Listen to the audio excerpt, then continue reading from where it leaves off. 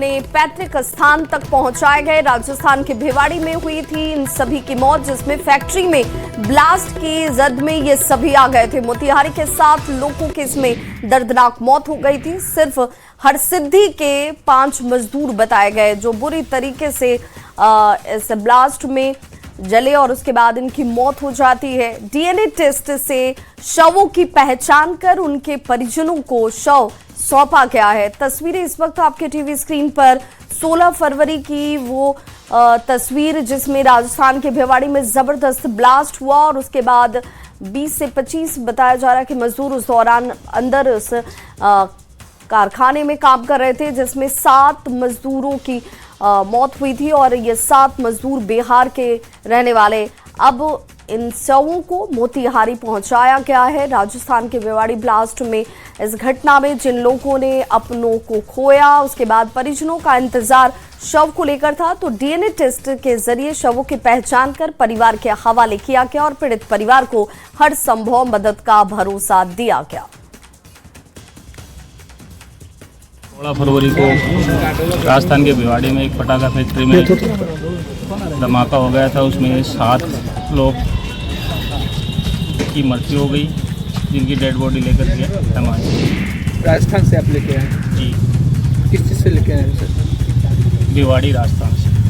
जो राजस्थान की जो घटना हुई थी उसकी डेथ बॉडी आज आ चुकी है, तो जिला प्रशासन की तरफ से हमको नामित किया गया था। तो सिकराना अनुमंडल के लिए हम 2 डेथ बॉडी को लेकर जाएंगे यहाँ से, और बाकी 5 बॉडी के लिए एक और पदाधिकारी हैं, ये लेकर जाएंगे। 5 डेड बॉडी है जिससे मैं रिसीव करके ले जाऊँगा, और हम लोग पहले भी वेरीफाई कर चुके हैं, और कुछ जो दस्तावेज आए हुए हैं साथ में उनको हम लोग वेरीफाई करके फिर जो भी अनुदान राशि है बिहार सरकार की मजदूर दुर्घटना अनुदान योजना, उसे हम देने का प्रयास करेंगे जिस जल्द। राजस्थान के भिवाड़ी में हुई घटना में पूर्वी चंपारण के 7 मजदूर की मौत हो गई थी, और मौत के काफ़ी दिनों बाद जो है उनके शव को जो है वो यहाँ लाया गया। देखिए तस्वीर आपको दिखा रहे हैं, मोतिहारी के सदर अस्पताल में राजस्थान नंबर गाड़ी की एम्बुलेंस से यहाँ पर 7 जो मृतक थे उनके शव को लाया गया है और डीएनए टेस्ट किया गया, क्योंकि जो धमाका हुआ था उसमें जो मजदूर थे उनके शव के चिथड़े उड़ गए थे। वैसी स्थिति में डीएनए टेस्ट किया गया और उसके बाद तमाम उनके परिजनों को ये शव सौंपा जाएगा, और इसीलिए मोतिहारी के सदर अस्पताल में लाया गया है। और तमाम जो मजिस्ट्रेट हैं उनकी मौजूदगी में जो है इस शव को लाया गया है, और 7 एम्बुलेंस इसके लिए तैयार किए गए हैं। इस 7 एम्बुलेंस से 7 शव को 7 मृतक के परिजन के को दिया जाएगा और उनके घर पर उनका दाह संस्कार होगा। तो इस स्थिति में बड़ी दुखद घटना घटी थी, मोतिहारी के 7 लोगों की मौत हो गई थी।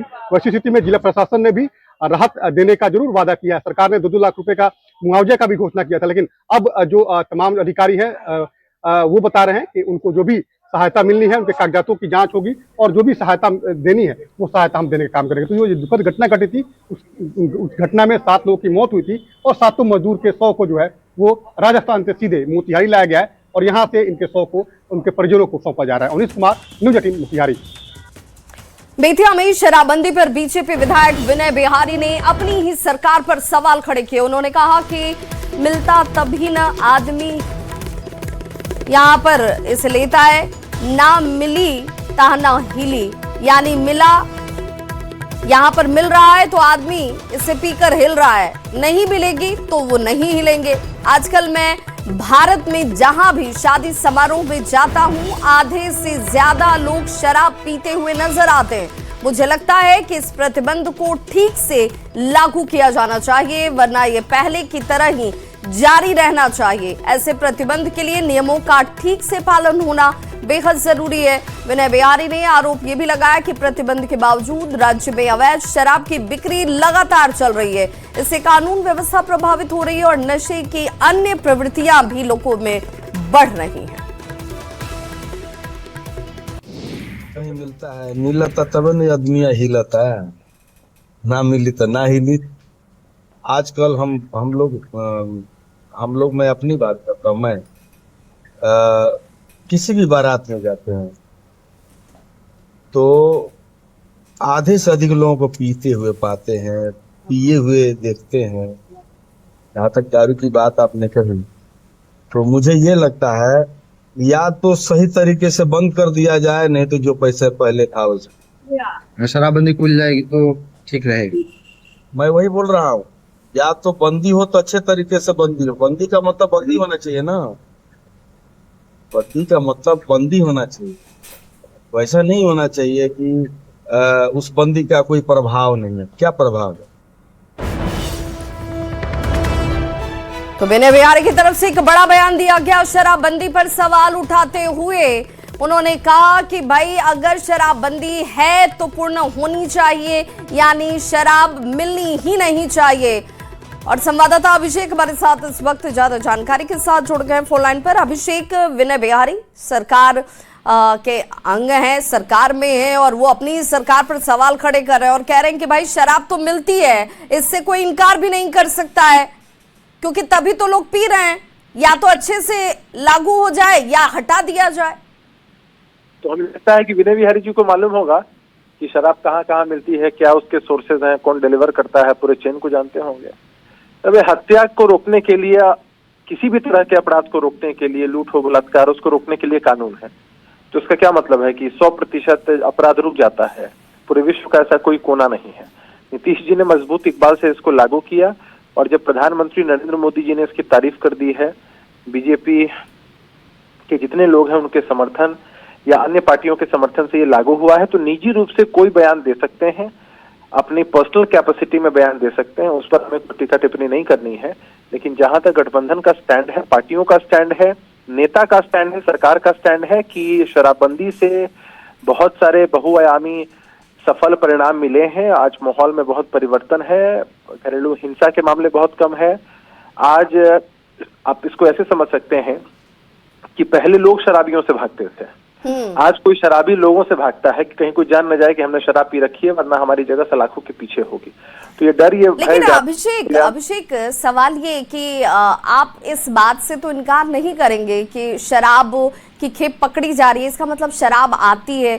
बहुत केसेस ये भी हैं कि लोग पीते हुए भी पकड़े जाते हैं, खरीदते हुए पकड़े जाते हैं, और एक दूसरे तरीके का नशा भी अपना एक सिंडिकेट चला रहा है। तो ये इम्प्लीमेंटेशन कहीं ना कहीं तो खामी है। इम्प्लीमेंटेशन करने के लिए सरकार की मंशा गलत नहीं है, उस पर सवाल उठाना गलत है। जहां भी समीक्षा की जरूरत होती है हम करते हैं।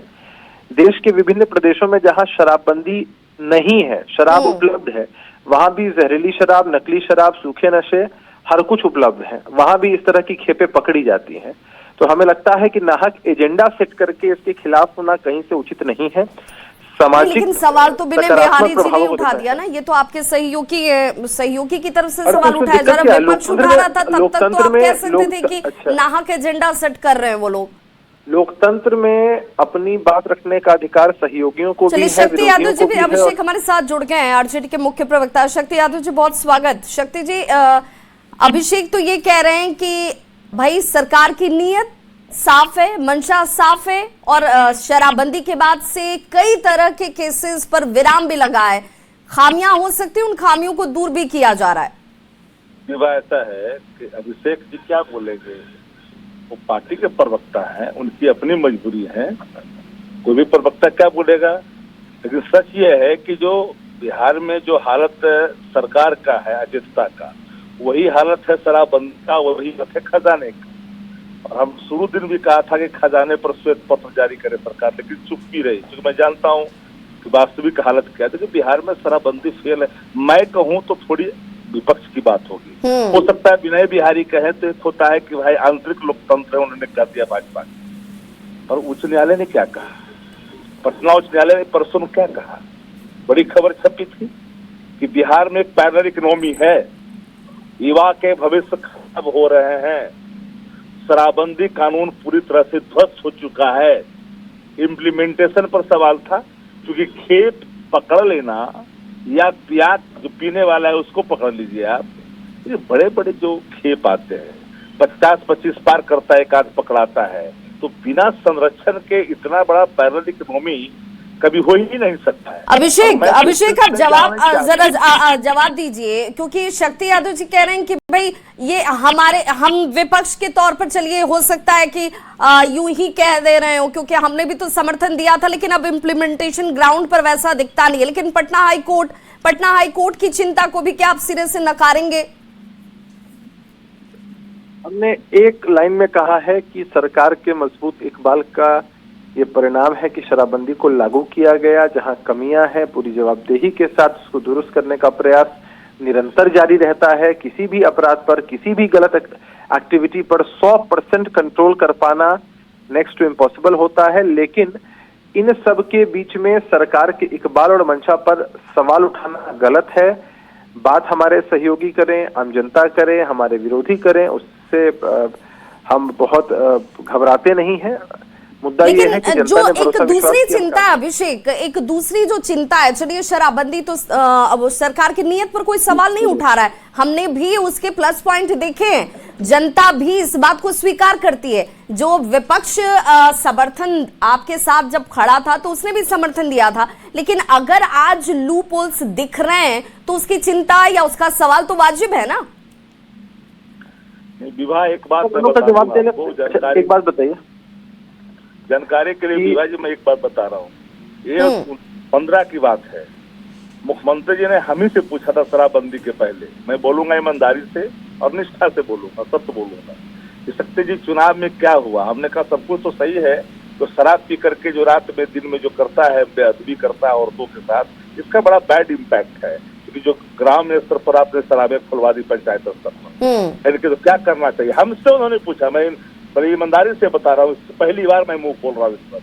हमने कहा कि इसको बंद करनी चाहिए। कहीं कैसे? हमने कहा ठेका बंद कर दीजिए, आप इंग्लिश को बंद करिए चाहे मत करिए, पूरी गांव वाली को बंद कर दीजिए पंचायत को बता दीजिए। उन्होंने पहला स्टेप उठाया और जब लोगों ने कहा कि नहीं पूरी बंद होना चाहिए तो उन्होंने बंद कर दिया। बिल्कुल। अब अभिषेक एक छोटा सा जवाब, ये चिंता जो है वो हर बिहारी की भी है, बिहार से ताल्लुक रखने वाले लोगों की भी है और विपक्ष की भी होगी और संभवतः आप लोगों की भी होगी कि एक पैरेलल सूखे नशे का कारोबार जो है वो बढ़ रहा है, उसे लेकर एक अलग स्ट्रेटेजी की जरूरत नहीं लग रही? अच्छा, स्ट्रेटेजी में हम कड़ाई की बात कर सकते हैं, ढिलाई की बात नहीं कर सकते हैं। स्ट्रेटेजी में हम उसके स्ट्रॉन्ग इम्प्लीमेंटेशन की बात कर सकते हैं। इसकी बात हम नहीं कर सकते हैं कि शराबबंदी पे अगर हम पूरा कंट्रोल नहीं रख पा रहे हैं तो हम शराबबंदी को समाप्त कर दें। आपने कभी सुना है समाप्ति की बात तो अभिषेक तो विनय बिहारी जी ने की, वो तो ये कह रहे हैं कि अगर इम्प्लीमेंटेशन नहीं हो पा रहा है 100% तो बंद करने की तरफ सोचा जाना चाहिए। नहीं, अगर हत्या, इसका मतलब ये भी है कि अगर कोई किसी की हत्या कर रहा है, हम उस पर लगाम नहीं लगा पा रहे हैं, तो हमें हत्या करने की छूट दे देनी चाहिए। हमें लगता है कि ये बेसलेस तर्क है, बेसलेस बात है। आम जनमानस के बीच बहुत सकारात्मक इसका संदेश है और जहां इस तरह की घटनाएं हैं वहां कड़ाई से सरकार काम करे। चलिए कोशिश तो यही बिल्कुल कोशिश तो यही होनी चाहिए कि शराब न पहुंचे, न बिके, न लोग उसे पी पाएं, क्योंकि बिहार में पूर्ण शराबबंदी है। लेकिन अगर खामियां हैं तो उन खामियों पर ईमानदार रोक की कोशिश भी दिखनी चाहिए। बहुत बहुत शुक्रिया हमारे साथ जुड़ने के लिए अभिषेक, आपका भी, और शक्ति सिंह यादव जी आपका भी। और देखिए, अंतर्राष्ट्रीय क्रिकेट में अपनी पहचान बनाने वाले बिहार के युवा खिलाड़ी वैभव सूर्यवंशी को आज मुख्यमंत्री आवास ए करने मार्ग में सम्मानित किया जाएगा। समारोह शाम 4 बजे आयोजित होना है, जिसमें मुख्यमंत्री नीतीश कुमार, खेल मंत्री, दोनों उप मुख्यमंत्री और आपको बताते चलें कि मंत्री विजय चौधरी भी मौजूद रहेंगे। माना यह जा रहा है कि सम्मान से राज्य के क्रिकेट खिलाड़ियों का मनोबल जो है वो बढ़ेगा और बिहार में क्रिकेट को एक नई ऊर्जा मिलेगी। वैभव सूर्यवंशी को पटना में एक कार गिफ्ट की गई है। इस मौके पर उनके पिता सहित परिवार के लोग भी मौजूद थे। नई कार मिलने पर वैभव बेहद उत्साहित नजर आए। बस्ती में रामकथा में पहुंचे जगत गुरु रामभद्राचार्य ने यूजीसी को लेकर बहुत बड़ा बयान दिया। उन्होंने कहा कि सरकार को अगर गृह युद्ध से बचना है तो इस कानून को वापस लेना होगा। मेरे धर्माचार्य रहते ये कानून लागू ही नहीं हो सकता। सरकार को घेरते हुए रामभद्राचार्य ने कहा कि यूजीसी की जरूरत क्या थी, समाज में क्यों भेदभाव किया जा रहा है। यूजीसी एक्ट की क्या आवश्यकता थी यहां? जय हो। क्यों भेदभाव किया जा रहा है? ये सफल नहीं होगा। जय हो। मैं फिर कह रहा हूं, यदि गृह युद्ध से बचना है तो सरकार को यूजीसी वापस लेनी पड़ेगी। और यूजीसी सरकार नहीं वापस लेगी तो भी वापस होगा ही। उच्चतम न्यायालय ही वापस लेगी, कोई बात नहीं। मैं जब तक धर्माचार्य हूं किसी को अपने मन की नहीं करने दी जाएगी। वाराणसी में बनारस हिंदू विश्वविद्यालय में फायरिंग की घटना हुई। बीएचयू के बिरला ए छात्रावास के बाहर ये फायरिंग की गई है। बीएचयू छात्र पर बाइक सवार 3 लोगों की तरफ से ये फायरिंग की गई। पुलिस को घटना वाली जगह से 4 खोखे भी बरामद हुए। गोलीबारी के बाद बीएचयू परिसर में छात्रों का विरोध भी देखने को मिला। पीड़ित रोशन ने 20 दिन पहले ही चीफ प्रॉक्टर को लिखित रूप से अपनी जान पर खतरे की आशंका जाहिर की थी। आरोप ये भी है कि इस पर कोई कार्रवाई वक्त रहते की नहीं गई। रोशन खाना खाकर हॉस्टल के बाहर टहल रहा था और तभी बदमाशों ने उस पर गोलियां चला दी।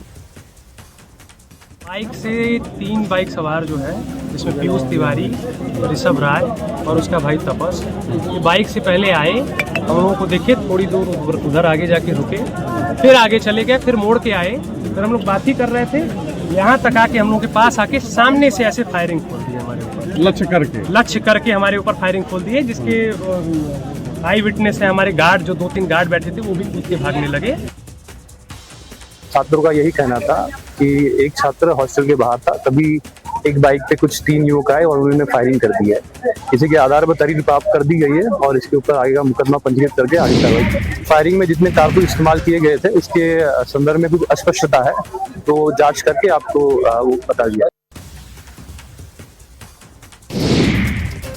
मन की बात कार्यक्रम में पीएम मोदी ने AI summit T20 world cup में दूसरी टीमों से खेल रहे भारतीय मूल के खिलाड़ियों से लेकर साइबर ठगी जैसे अहम मुद्दों पर बात की। इस मौके पर पीएम मोदी ने कहा कि एआई से पुरानी पांडुलिपि पढ़ना आसान हो चुका है। ये पांडुलिपि को पढ़ने में अब आसानी हो रही है। किस प्रकार करेगी इस दिशा में ये समिट एक टर्निंग पॉइंट साबित हुई है। पीएम मोदी ने यह भी कहा कि दुनिया भर के लीडर्स ये देखकर हैरत में पड़ गए कि कैसे एआई की मदद से हम हमारे प्राचीन ग्रंथों को, हमारे प्राचीन ज्ञान को, हमारी पांडुलिपियों को संरक्षित कर रहे हैं। आज की पीढ़ी के अनुरूप इसे ढाला जा रहा है। पीएम मोदी ने लोगों को साइबर ठगी से बचने की भी अपील की। पीएम मोदी ने प्रयागराज महाकुंभ की तरह केरल में हुए महाकुंभ की भी चर्चा की। इसी समय महाकुंभ की अद्भुत तस्वीरें आपको जरूर याद होगी। संगम के तट पर उमड़ता जनसागर, आस्था का अथाह प्रवाह और स्नान के उस पावन क्षण में जैसे भारत अपनी सनातन चेतना से साक्षात्कार कर रहा था। साथियों, महाकुंभ की वही धारा, वही माघ का महीना, वही श्रद्धा का स्वर जब उत्तर से दक्षिण की ओर बढ़ता है तो एक नई पहचान ले लेता है। साथियों, केरला की धरती पर भारत पूजा नदी के किनारे तिरुनावाया में सदियों पुरानी एक परंपरा रही है, मामंगम। इसे कई लोग महामाघ महोत्सव या केरला कुंभ भी कहते हैं। माघ के महीने में पवित्र नदी में स्नान और उस क्षण को जीवन का अमिट स्मरण बना लेना, यह इसकी आत्मा है। समय के साथ यह परंपरा जैसे ओझल हो गई थी। करीब 250 वर्षों तक यह आयोजन उसी भव्यता में नहीं हुआ था जैसे पहले हुआ करता था। लेकिन आज अपनी विरासत को फिर से पहचान रहे हमारे देश में इतिहास ने फिर करवट ली है। इस बार और चलिए अब आपको सीधे लिए चलते हैं मेरठ, जहां पर इस वक्त प्रधानमंत्री क्या कुछ कह रहे हैं, सुनते हैं।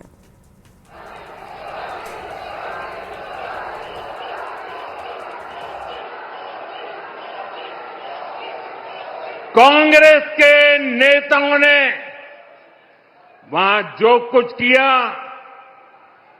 वो दिखाता है कि देश की सबसे पुरानी पार्टी वैचारिक रूप से कितनी दिवालिया हो गई है, कितनी दरिद्र हो गई है।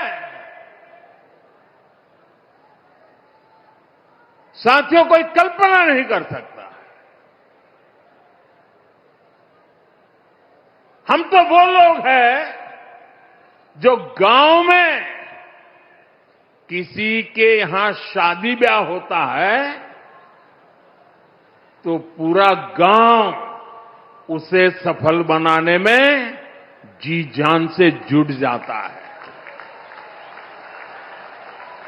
ताकि मेहमान गांव की एक अच्छी छवि लेकर जाएं। कांग्रेस तो अपने ही देश को बदनाम करने में जुटी है।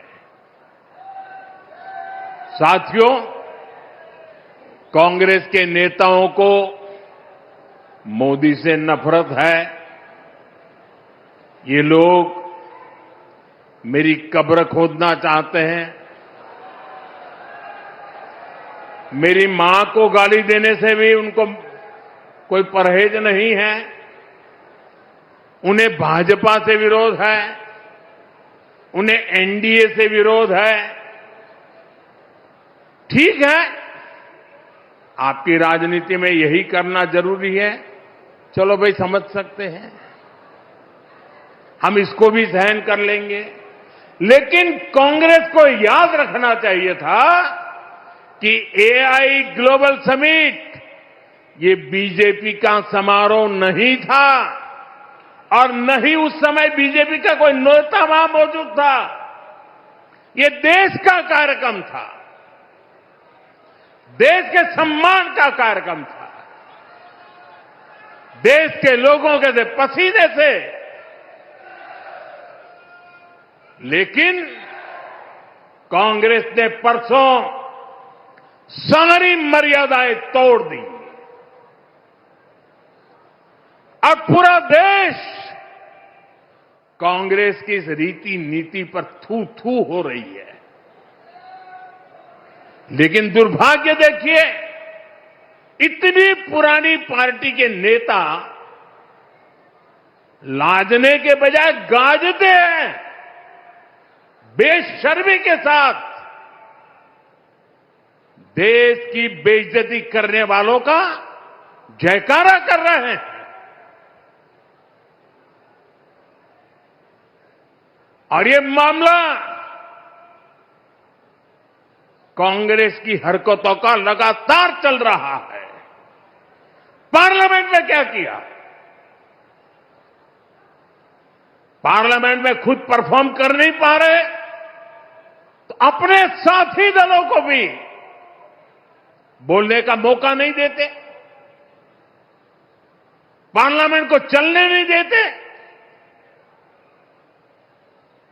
और उसका सबसे बड़ा नुकसान कांग्रेस के जो साथी दल है ना उनको हो रहा है। अब वो समझ गए हैं। ये अभी दिल्ली में उन्होंने जो ये नंगापन दिखाया, उनके सारे साथी दल चौंक गए हैं, सबने किनारा कर लिया। और मैं नम्रतापूर्वक देश के मीडिया को भी एक रिक्वेस्ट करना चाहता हूं। वैसे मैं मीडिया को हर प्रकार से झेलने के लिए ईश्वर मुझे शक्ति दे प्रार्थना करता रहता हूं, लेकिन आज मैं उनको प्रार्थना करता हूं कि कृपा करके हम जब इस प्रकार की हरकतों की आलोचना करें तो आप ये हेडलाइन मत बनाइए कि मोदी ने विपक्ष को धो डाला।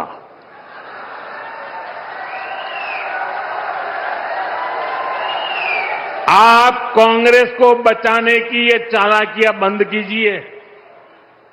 ये विपक्ष करके आप कांग्रेस को बचा रहे हैं और विपक्ष में जो और साथी बैठे हैं वो भी समझ गए हैं कि पाप कांग्रेस करती है और भुगतना उनको पड़ता है। और कांग्रेस की इकोसिस्टम हर बार बच के निकलने का एक खेल खेलती है कि पाप कांग्रेस करे, आलोचना कांग्रेस की हो, गुस्सा कांग्रेस पर हो लेकिन मीडिया में कांग्रेस नहीं दिखती, विपक्ष शब्द दिखता है। क्यों भाई, क्यों कांग्रेस को बचा रहे हो? ऐसा करने से आप न कांग्रेस को बचा पाते हो, न कांग्रेस को सुधरने के लिए मजबूर करते हो। अगर आप एक बार छापना शुरू कर दोगे, बोलना शुरू कर दोगे, ये जनरल विपक्ष का दोष है। और देखिए दिल्ली में जो हुआ, और यहाँ